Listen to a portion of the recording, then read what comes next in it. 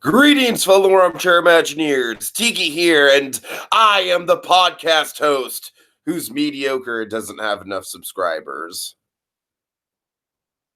Meh. And I'm Jacob Wile. I'm the podcaster that joins him. I am the monkey who throws feces at your nice suit. Right. Okay, I wouldn't do that in real life, but I don't know. Something like it happened to a family friend once. Twice in a row. Oh, dear. And we are... The Big Podcast 3! No, wait, wrong podcast. Yes. We are here to discuss DuckTales. Season 2, episode 16. The Duck Knight Returns.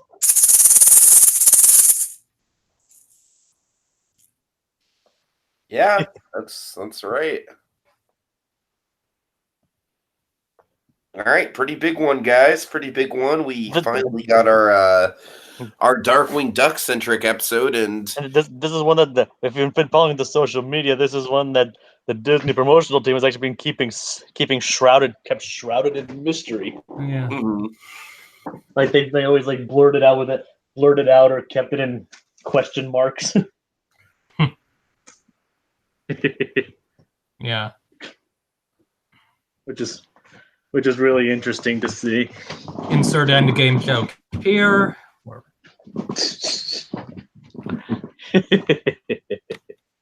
Yeah. Let's see. So So what are your guys' thoughts on this one? Come on, let's okay. the conversation here, people. Thoughts? Okay, Let's get it out there. okay, it's got some neat stuff. I do feel there was a missed opportunity or two. Well, still some good stuff, and of course, great cliffhanger, which I'm sure we'll discuss. I thought the episode was a lot of fun. Like, definitely, better than the other two we just reviewed, and probably one of the best of the seasons so far. Okay, I'm kind of in the middle between you guys. I definitely don't want to say it's one of the best of the season. In terms of raw emotional storytelling, I think the Duck episodes are definitely superior. In terms of pure fan service, I think I prefer the Three Caballeros. But this is a solid one to be sure. It's definitely got an interesting kind of art imitating life element to it. But yeah, back in the day when we first discussed the possibility of Darkwing being on the show, I always did kind of imagine it going down this way with Jim Starling being kind of like an avatar for Jim Cummings. And it seems like that's what they're doing. And I think the episode definitely gave us a good in for Darkwing Duck, either as a character in this show or as a spin-off. And so with that in mind, I feel like this episode is going to maybe, it almost kind of feels like the Better Call Saul episode of Breaking Bad, in that it almost kind of has a quality where it feels like a pilot episode for another show in a good way. Mm-hmm. I wouldn't say no to that. I gotta tell you guys, I was thinking about this as I was watching the episode. Launchpad, of course, hasn't had a lot to do in season 2, and now that Della's back in the fray as a pilot, is a much more competent pilot than Launchpad. He really, honestly, Launchpad is kind of left in the dust in terms of, he's really just kind of like this nomadic idiot wandering around the McDuck Manor at this point. This does feel like the most Launchpad-centric episode of almost the entire series, except for... I would say almost the entire show, yeah. Yeah, except for the buddy system. Maybe. But my point being, if they wrote Launchpad out of DuckTales and put him in a Darkwing Duck spin-off show, and, just because they write him off doesn't mean he can't ever come back. Occasionally, they would have him back in crossover episodes and stuff. like they did I with other honestly comics. think that would be the best of both worlds for both shows, because they wouldn't have to shoehorn in stuff for Launchpad to do in DuckTales, and they would give more of an opportunity to have Della as a spotlight character. And then by the same token, it would make, we wouldn't have to explain why Launchpad is Scrooge McDuck's driver, but also Darkwing Duck's sidekick. You know what I mean? Yeah. I mean, supposedly the original versions took place in separate continuities, but that seems like it's not the case here. Well, yeah, I mean, what I like about it is that we do kind of like get this great sort of, okay, like, yeah, Darkwing Duck is this fictional character. He's a fictional character that, much like Batman, inspired a lot of people and, philosophies and, people kind of take the philosophies to heart. And yeah, and then it kind of just turns out that we're going to reinvent the character, and we're going to actually have a vigilante Darkwing Duck, and that's an interesting take for sure. All right, I might be reading into this a little bit. I was hesitating on whether or not I wanted to even bring it up, but, and I mean this in the best way possible. I don't mean this in some sort of like, oh, it's not good. No, it's very good. Like, okay, so the moment with Launchpad kind of like just launching into that epic soliloquy about the morality of Darkwing Duck and the character, and he's just going on and on about it. Yeah. Yep. To me, that was almost like light autism representation. Yeah, like Dewey says, like he knows a lot about this one thing. Exactly. It's a bit of a read. And so I don't know. It's like I get that they don't want to directly say it, but to me that was a cool moment. You know what I mean? Yeah. But to me, that was definitely it was like a seeing yourself on screen positively represented kind of moment. Yay. Even though they do make a joke of it, and granted, I do get the joke. Sometimes when I'm going off about, Disneyland or God knows what, I'll just go like, and then in 1959 they opened the Matterhorn, and that whole side of the park was completely different, and then the World's Fair came, and that developed audio animatronics and blah blah blah blah blah blah blah, and then Walt's death had a big impact on things, you see, and that led to Tony Baxter and Mark Davis being kind of the two big Imagineers rivaling with each other, and blah blah blah blah blah. I'm just picturing that you're making this speech to Jim Cummings and Chris Diamantopoulos. Oh god. Speaking of which, yeah, he does an excellent Darkwing impression. Yeah. Yeah, good on him. I wonder if he can. I wonder what else he can impersonate. At first, I didn't even realize it was him. I thought it was like, at first I thought it was just Jim Cummings doing like a slightly higher pitched Darkwing voice. That's what I thought too. Yeah. Yeah, because there were points where it sounds just like him. Yeah, I mean, the actor doing him voicing that actor, I thought it was like, I couldn't even tell it was him. I mean, considering the two things other Disney stuff he's known for is, well, the new Mickey Mouse, and in this show, Storkules. Seeing him voice the new Darkwing is just... That would be funny if there is an episode where the new Darkwing and Storkules are on an adventure together. So the entire thing is just Chris Diamantopoulos talking to himself. I mean, I've seen stuff like that happen in other kinds of shows before. Mm-hmm. I mean, heck, I've seen that kind of stuff in Ninja Turtles. So it'd be kind of funny to see. I mean, I don't know if that'll happen, but it'll be interesting to see nonetheless. I mean, I'm just being silly, but yeah. I know you're just making fun, but yeah, Uh, I'm just saying I actually would kind of like to see that.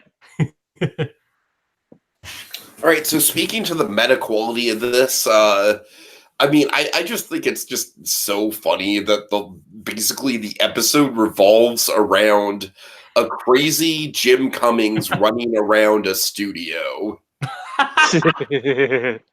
Yeah. Like just a crazy evil Jim Cummings. And granted, yes, Jacob, I know he's been cleared of the charges, and I fucking think it absolutely sucks that happened to him in the first place. If he is in fact cleared of the charges and everything, and I'm glad he's cleared of the charges, and I hope that it doesn't affect his career that much, especially because he's got such a wholesome image before the charges. But yeah, just on a meta-contextual point of view, Yeah. I laugh at that situation and just be like, "Oh man, oh that's poorly timed." Like of all the times for this one to come out. Jim Cummings just like, "Yeah, I'm evil." They want grim and gritty, huh? Oh boy. So what kind of format are we looking at for this podcast? I mean, honestly, this is it, monkey. Okay, so I'll go ahead. Shout out your favorite moments. That's usually what we do around here. Well, I'm gonna go ahead and ask this then. Where's Beakley? I mean, oh yeah, that's probably. Yeah, I mean, since he's into it now, like the last we saw of... Unless it's a production order versus episode order. No, it's not No, this is... That's a good question, because this is an unknown one, right? Yeah. As of right now, the production order of this one is unknown.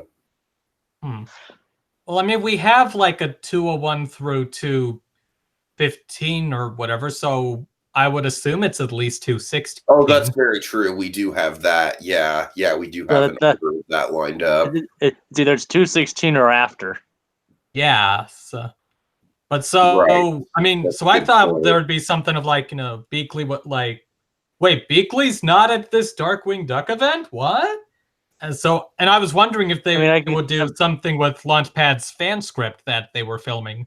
Honestly, I think adding Beakley probably would have weighed the episode down more.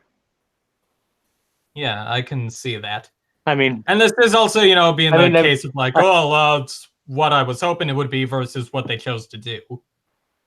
I mean, I'm just saying, I just don't think. I think she wouldn't have much to do. It'd be just kind of take away from the. I mean, if you notice, since they cut down the intro, the episode was already packed full as it was. I did notice that. Yeah. I mean, then the episode was already packed full as it was. Also, the episode, even with the intro cut, was already like a minute longer than a usual episode. It's 23 minutes when a usual episode is 22 minutes. So yeah, I think they were smart not to use Beakley, honestly. I mean, though it would be interesting to see. I kind of regret that there wasn't some sort of like she could have just been in the crowd at the beginning. I mean that could have maybe in a future episode they'll be. She doesn't need to have like a side plot or anything. Maybe in another episode, like next time we see Drake Miller or wherever, Beakley will be like, "You did all this without me? We have a script you wrote." And of course, even though I'm not really looking forward to the prospect of anyone except for Christine Cavanaugh voicing this character, I am very much looking forward to seeing this show's interpretation of Gosling. Right. Gosling is like an all-star Disney Afternoon character for me. Like she might be on the Mount Rushmore of Disney Afternoon characters. Yeah. Oh yeah.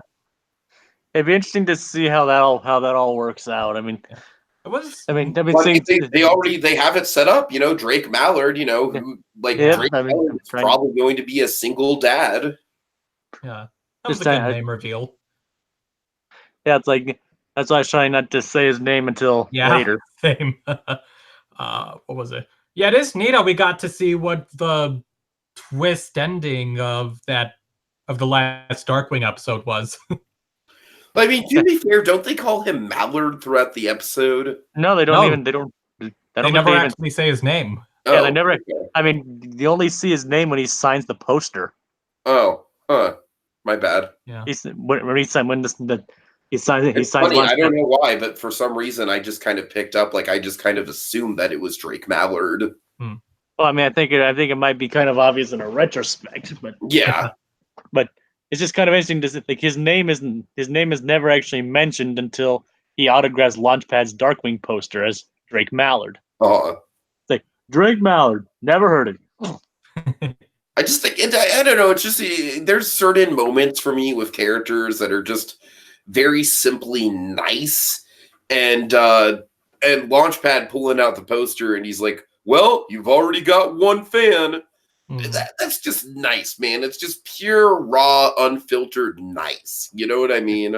Yeah, I mean, yeah, it's it is nice to see them bond over their shared fandom.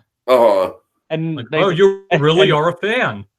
And as a review I saw pointed out, it's like it's actually as you pointed out, and as you yourself pointed out, like it's setting up Launchpad to kind of be on a road to be Darkwing's sidekick.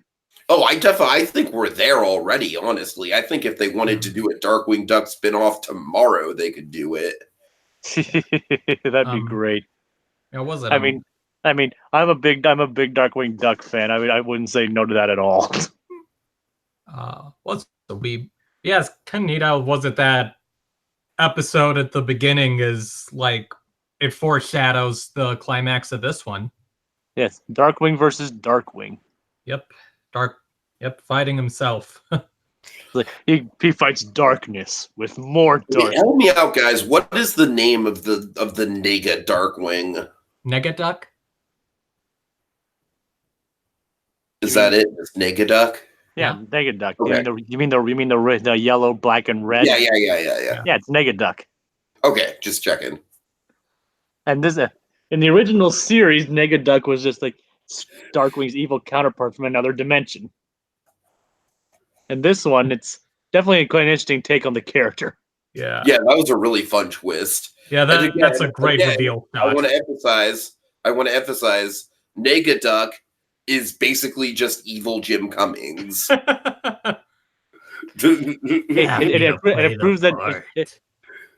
And I love that. I love this that delivery at the end is just like bone chilling. Yes. I mean, he's still grim and gritty, huh? Happy to play the part. Yeah. Oh yeah, good stuff. I mean, he doesn't. I mean, I know he's played villains throughout the past, but this is like. I mean, I know he's played like numerous villains in the past, but one of the most memorable villains that he's played for me is the guard in Aladdin. Oh yeah, Razul. And he wasn't really he wasn't really a villain, just more like. No, I know, but he was on the bad guy's side at the very least. Well, he didn't support Jafar. He just didn't like Aladdin. Well, I mean, to be fair, he did kind of support Jafar. Yeah, like he. Yeah. Anyway, his orders came from Jafar. I don't know. Yeah. It would be funny if, like, you know how. Yeah, I mean, at one point in the movie, he literally says that his orders come from Jafar. Well, I mean, he was just it's all his fault. Well, at that point, he didn't know Jafar was evil. It is all his fault, Monkey. I mean, he didn't know Jafar was evil, though. Fair enough. Although he does throw Ali over into the water to drown, so. Yeah. Like, because, I mean, that is attempted murder right there. Yeah. Well, yeah, you know, the thought of first, like, you know, trying to argue his way out of this. Well, sorry, Jacob. Well, I mean, it's clear that he thought that there was something going on, but we're not here to talk about Aladdin. Yeah. So yeah, I'm just picturing like that's what we now. What I was saying was like that line that proves that he can still do this, even just like he can do the Darkwing voice, he can still nail the Negaduck voice, and probably make him. And he now sounds even more menacing than he did before. Like happy to play the parts. Yeah. I'm just picturing like how when Jim Cummings appeared at the last D23 Expo. So this year is evil Jim Cummings gonna show up. No! Oh God! And he's dressed in the Negaduck colors, just like Jim Cummings, just like totally like. And he's like disenfranchised with everything in light of the whole scandal. And he's like just keeps torturing Bill Rogers throughout the thing. Oh God. Ladies and gentlemen, boys and girls. Oh God. Oh, poor Jim Cummings. Yeah. So anyone else notice the hidden Mickey? Oh yeah, like it was one of the trophies in Alistair's room, in Alistair's trail meeting room, wasn't it?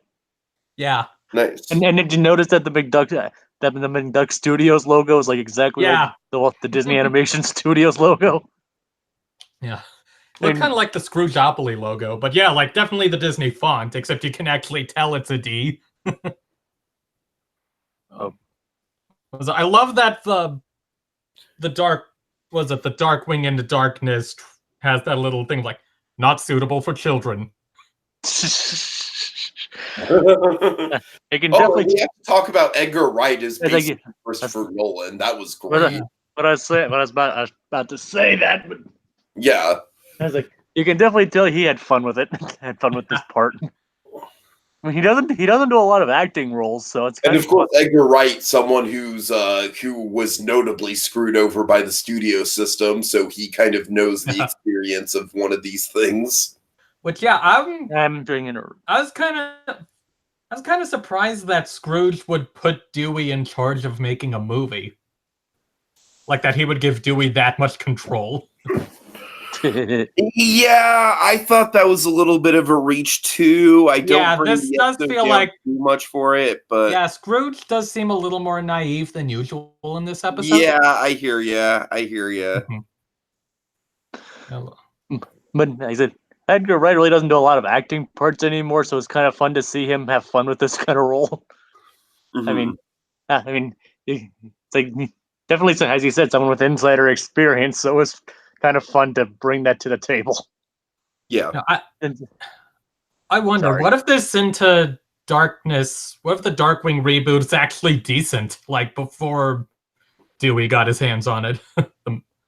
Like whatever movie they were making, if it actually did turn out to be decent.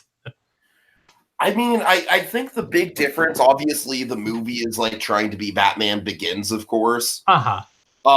I think the big difference between a Darkwing dark and gritty reboot and a Batman dark and gritty reboot is that, like, in our universe, there was actually precedence for dark and gritty Batman in comic book form. Whereas Darkwing Duck, it appears in the DuckTales universe. Like, there was no dark and gritty comic book interpretation of Darkwing Duck. It was always just like a wacky Saturday morning cartoon. You know what I mean? So like if the only Batman before it had been Adam West. Okay, like imagine if the only thing in media that existed of Batman was 60s Batman, right? Imagine if Batman was just a crazy, kooky character invented by 1960s TV producers, and Adam West's interpretation of Batman was literally the only thing we ever knew about Batman. No one messes with Darkwing, duh. But you get my point, right? It'd be a little bit of a dramatic tone shift if literally the only thing we knew about Batman was 60s Batman. Mm-hmm. Yeah.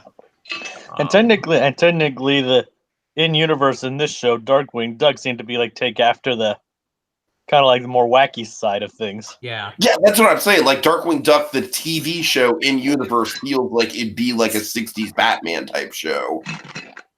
Yeah. What was it? Except with more doing your own stunts and explosions. Yeah. What was it? That bit where Launchpad's eye is red and squinted. That brought back some recent New York memories. Oh boy, yeah. Like I see him with the regular eye and the squinted red. I was like, oh, hey, that was me. Honestly, Monkey, I think you lucked the fuck out that situation didn't affect your trip as much, more than it did. True. Yeah. But yeah, let's that's see for another podcast. Yeah, a past podcast. Yes. See, when the soundstage catches fire, I just think of Bolt. Yeah. Bolt. What was it? This is like the third thing over the course of 6 months where it's like a superhero who keeps getting up. That's true. What you have Shazam, then what else? No, I was doing Spider-Verse, Captain Marvel, and this. Oh yeah, Spider-Verse, right. And then Captain Marvel. Yeah, Captain Marvel, you keep getting up. Yeah, true. Yeah, I don't remember it in Shazam, to be honest. I feel like in Shazam, it was more kind of like a thematic, like, like, don't let the world beat you down, kid. I don't know. I'm just really stretching because I was just wrong. I was wrong. It was not Shazam at all. Yeah. You caught me, monkey. You caught my ruse. I don't know what I'm talking about. Okay. Sean the non-believer. There's that line that Drake Mallard has, I love, where he's like, maybe I can be on the lunchbox that inspires some other kid like me. Yeah. That's always a wonderful thought. I mean, that's what I'm saying. Like, I feel like this episode was kind of chalk. Like, this episode knew what the positive parts of being a superhero were. Yeah. And took advantage of it. And I really liked it for that. Mm-hmm. And it's it examines superhero fandom in a really positive and outgoing way. Yeah. It actually shows like how, not in a meta sense, but it actually shows like Drake being a good fighter, but not an excellent one, which actually lines up with how he does it in the original show. Yeah, very true. Very true. It's like, and that downplays a bit of his ego a bit, but yes. And saves that for. But then again, his ego comes from being Darkwing in the first place. So maybe once he has some experience with Darkwing under his belt, this character will kind of transform a little bit. Yeah, maybe. Yeah, like I can definitely see this version of Drake being like definitely inhabiting the role of Darkwing and becoming more and more hamming it up as he goes along. You think we may have something like Darkwing v Gizmo Duck, Duck of Justice? Oh God, I hope so. Yeah. Like even Save Mama. Even this version of Drake doesn't like Gizmo. He's like, I am better than Gizmo Duck. Yeah, I could see that. I could see Fenton and Drake, forming a nice friendship. No matter what version, Darkwing still doesn't like Gizmo Duck. Now, what I kind of like to see is because Drake has such a pain tolerance, like if he faces off with Glomgold. Oh yeah, that'd be fun. Like, someone else who has a high tolerance for pain. Like, what would that showdown be like? You think you're so cool with that hat? Well, look at me. I have a kid. Oh God, the image of Glomgold dressed as Darkwing Duck. I wear it better, don't you think? I am the richest duck in the world, who makes you the second richest duck in the world. And I am also the terror that flaps in the night and sometimes the morning. I flap whenever I want. And I am the richest duck in the world. I am Flintard Glomgold. I mean, let's get danger rich. I mean, you already have Keith Ferguson as Megavolt, so him impersonating Glomgold as Darkwing Duck wouldn't be too far out of the question. And then Dan Castellaneta comes in to make it even more confusing. For a Darkwing Duck costume. What? I said I'm literally looking up on Amazon right now how much it would cost me to get a Darkwing Duck cosplay going on. Let's see. Or at least the hat. I'm looking up the hat. So was it? I guess the security guard is the voice of the security. Yeah, he's voiced by Tad Stones, the original creator of Darkwing Duck. Oh, nice. According to supplemental material, his name actually is Tad. I guess Dewey's dance at the end is the perfect cast from a Goofy movie? Yeah, it is. First there was Standout, and now there's the perfect cast. Oh my god. Again, I am on the edge of my seat to see Powerline just be a huge dick in this universe. I don't know why you want to see Launchpad. I don't want to see Powerline be a dick, but because I feel like it would be in his character. I don't know. I mean, maybe. Although then again, in a Goofy movie, he seemed pretty chill with the idea of just two random ass fans Yeah, that's what that's the thing. yeah, I was about to say the exact same thing. I mean, most people like throw people out when they crap. When they That's true. That's very true. I mean, Although it was and a different remember, time back in the 90s, I feel like the power line of today would probably view that as like a bomb threat or something. I remember technically, Goofy taught him the perfect cast. That's true. It's true.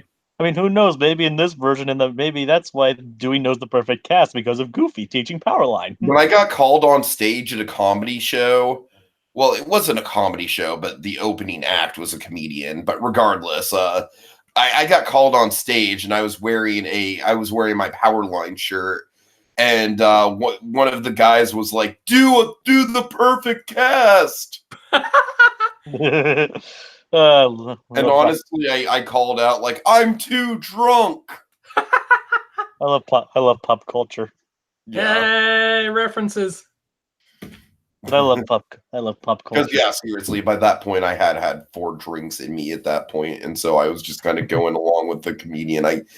The comedian literally called me out because I was messaging you guys about a joke he had made. I forget what the joke was, but I remember it was like I was stoked, like, "Oh, haha, he mentioned this one thing that we also like to talk about." Anyways. I am the alcohol that interferes with your ability to do the perfect cast. Pretty much. Yeah. Okay, guys, I think that's about it. Jacob, no one in the comments? I mean, we had Nerd Thanos fan, but I think he's gone. Oh. Okay. So, I mean, no, it's like he's talking about. It seems like it's currently one of his favorite episodes, and he liked the Batman Easter eggs. Yeah. And one of his messages has been retracted, so I can't really tell what he was saying there. Right. Okay, so final thoughts, guys. Nice episode, got its good moments, and of course, wonderful cliffhanger. Yeah, Jacob, final thoughts? I definitely thought it was one of the funnest. I mean, you know me, I'm a big DW fan. So this is, I mean, as far as like nostalgia trips go, I mean, this was actually kind of like, I mean, you know me, I'm not usually one to rate things because of nostalgia, but even putting the nostalgia aside, I'd say this is probably like one of my favorite episodes. But even with and added in, it definitely does become one of my favorites. And as Monkey mentioned, it does have a very interesting and well done cliffhanger, which I hope, please Disney, leads to a new show. Please Disney, please. Yeah, so speaking of cliffhangers, Monkey, I believe you wanted to run down all the cliffhangers that this whole bomb of DuckTales episodes left us with, now that we're not getting new ones for a while. Yeah, like not till September. Oh, God. Ooh. Really? That's what I've heard. Ooh, God. Yeah, that's weird. That so anyways, sucks, honestly. I mean, if it's okay, I also have something that's not a cliffhanger, but just a little fan theory. Oh yeah, by all means. Okay, so let's see what kind of left hanging stuff we've got, or stuff that could play off. Like well, there's whatever drama is happening behind the scenes of Ottoman Empire. I mean, maybe that's why he couldn't do the signing at the start of this episode. Yeah. They were desperate to film something. Like, oh, it looks like Jim Starling's available. Let's see. We've got the Louie and Goldie partnership. Which, honestly, out of all the cliffhangers, that's the one where I wouldn't be surprised if they put that to the back burner. Right. Yeah. Yeah. It would be fun to see how that mentorship goes. We haven't actually seen Louie these past few episodes. Yeah. It's funny. It's like they're giving him the whole running arc, but I feel like this season is the most prominent Huey's been. And then Dewey continues to get a lot of screen time as well. Yeah. I mean, Dewey was arguably like the main triplet of the first season. Yeah, now it's a touch less focus on him this season. But I'm saying he still gets standout episodes. Oh yeah. I mean, he's the only triplet in this one. I mean, especially Raiders of the Doomsday Vault and this episode, as you just said. Yeah. Let's see. The Bet. There's that. Although at least they've mentioned it again twice. So there's that. They've said that Magica's location is unknown. Mm-hmm. So who knows? obviously the moon invasion and Donald being on the moon. Of course. I figure he's gonna team up with Penumbra and he'll be badass. We got Lena back and Violet, so there's them, and of course Drake Mallard and Negaduck. Mm-hmm. So and then if I may go into my little fan theory here, I wonder. So you can say they got all their ducks in a row. Eh. Pardon the pun. Anyway, so my little fan theory here is I wonder, what if Ludwig von Drake isn't dead? Like he's just misplaced or something. Like, I don't know, he's in another dimension or something. I mean, Corey Burton has already experienced that sort of thing happening on Jimmy Neutron, so there's precedent. Yeah, like maybe, I don't know, he had an accident with that teleporting bathtub from that House of Mouse short. Yeah. Yeah, and then anyway, we did see Gyro using a time traveling bathtub in this show. Yeah. Yeah, so so like I figure like maybe Von Drake is just stuck in the quantum realm. He's like singing the Spectrum song to himself over and over to stay sane. And keeping up with my Disney Afternoon MCU thing, I figure at some point, the other one who's stuck in the quantum realm would float by, that other one being Pumbaa. Like, excuse me, sir, have you seen Timon? And so, yeah, now I want to hear a counterpoint duet of the Spectrum song and that safety song from the Timon and Pumbaa safety shorts at Disney World. If they actually do it, somehow pull that off with like just Von Drake in the quantum realm and Pumbaa goes by, I would be so flattered. So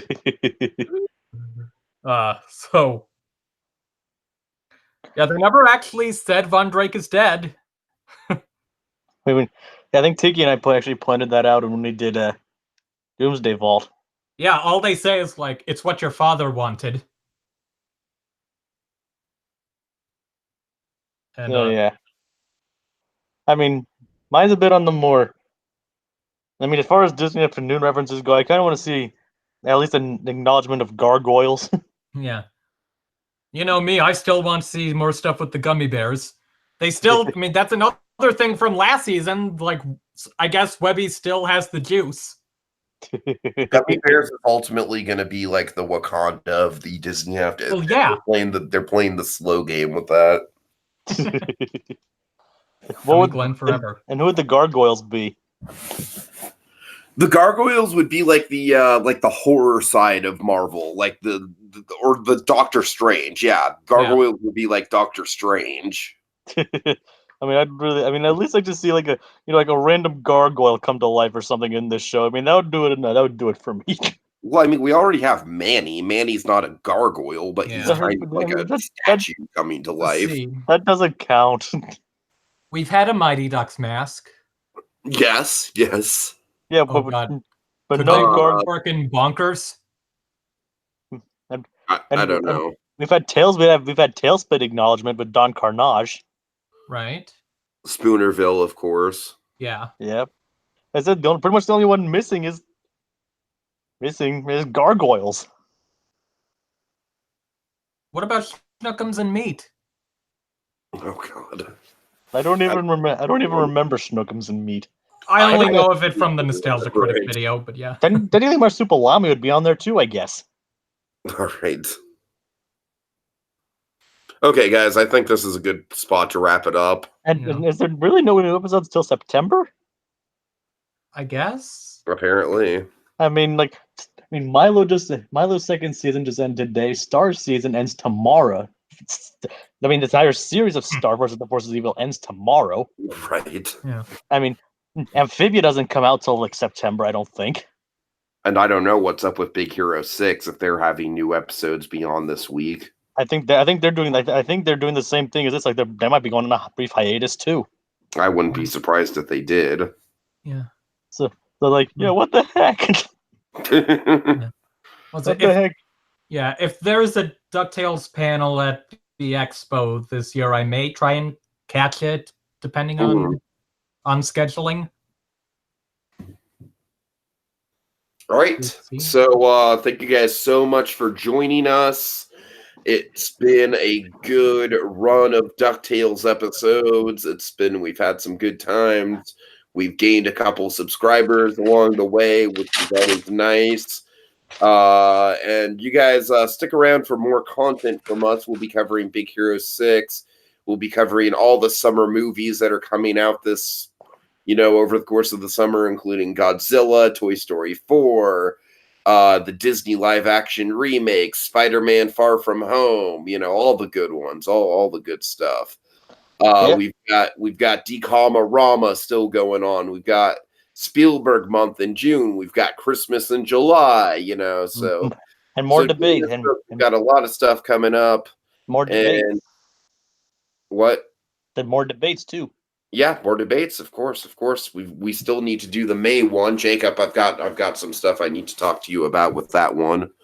All right. After we get off air. And so don't be dissuaded just because DuckTales is off air. Of course, we're always trying to work in more nostalgic stuff as well. We're gonna probably do something with Toy Story for when Toy Story 4 comes out. Maybe a Toy Story 2 retrospective or something like that. All this nostalgic stuff will definitely become easier when Disney Plus comes out. Oh yeah, for sure. Is there gonna be any Galaxy's Edge talk? Or? Yeah, when you get your ass down there and see it, so you can report on it. Hey, I got my reservation at least. I know. So once you see it, Monkey will definitely do a podcast about it, but I probably am not going to do a podcast before that happens. Lucky Monkey. Yeah. Oh yeah. Lucky Monkey. Okay, guys, so thanks so much for joining us. Thank you, Monkey, for being a special guest on this episode. Thanks, Jacob, for being my solid, trusty co-host of DuckTales. And see you guys in September, I guess. So sad. Or whenever it comes back. Yeah.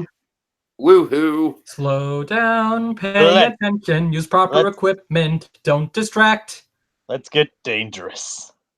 I am the terror of an unjustified long hiatus.